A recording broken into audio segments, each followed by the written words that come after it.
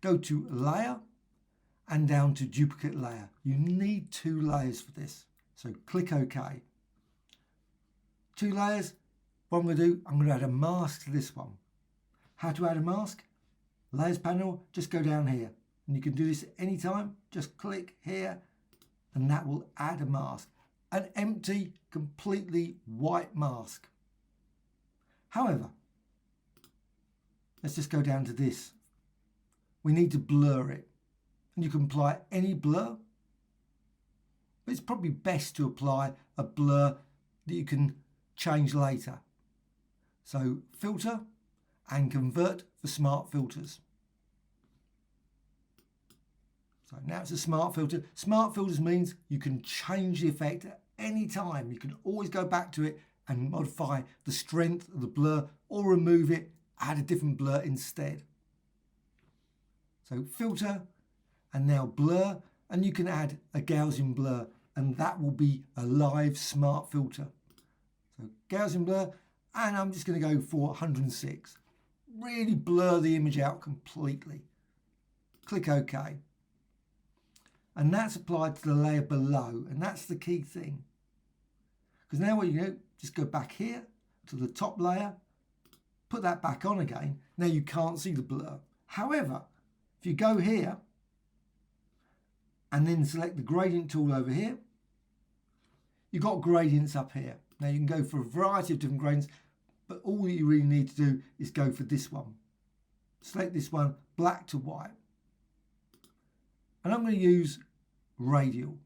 So radial, and I'm going to apply it to the mask, not to the image, to the mask, this white here. So you need to select it. And you can apply. And you can see as you do that, again, this is radial, you could use linear. But you can just apply it again. Doesn't matter, because it's been applied in normal blending mode. Means every time you apply it, it will replace the previous one. So you can make a very, very focused blur, and you can see the result there. You've got that white gradient there to black, and it's predominantly black. Black area is the area that's blurred.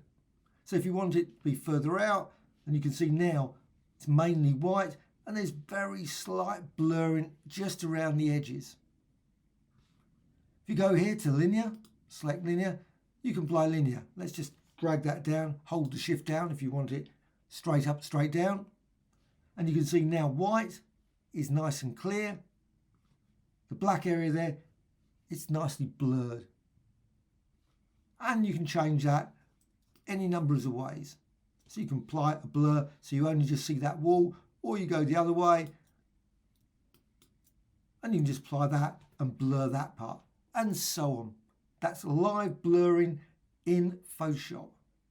You can modify the gradient as well to create a different result in this mask. So go up here, click, and then you can see you've got this stop, this black stop, and the white. Now if you want more of the image to be seen, just drag this direction so you can make it very, very, very, just a little bit black there and predominantly white. Click OK. Now apply it again to this, make certain that's selected and apply there. And you can see now you get a very sharp edge there around there. And you can do the reverse. Just click there and you can always go the other direction. So let's just drag that way and push it that way to make it. And also you can change the midpoint as well. So you can make it very sharp there. So you can see there becomes very sharp. Again, click OK and apply. And you can see this time, now you get a very, very sharp circle there. The rest of the image is blurred. And you can create a variety of different gradient blurs using this approach.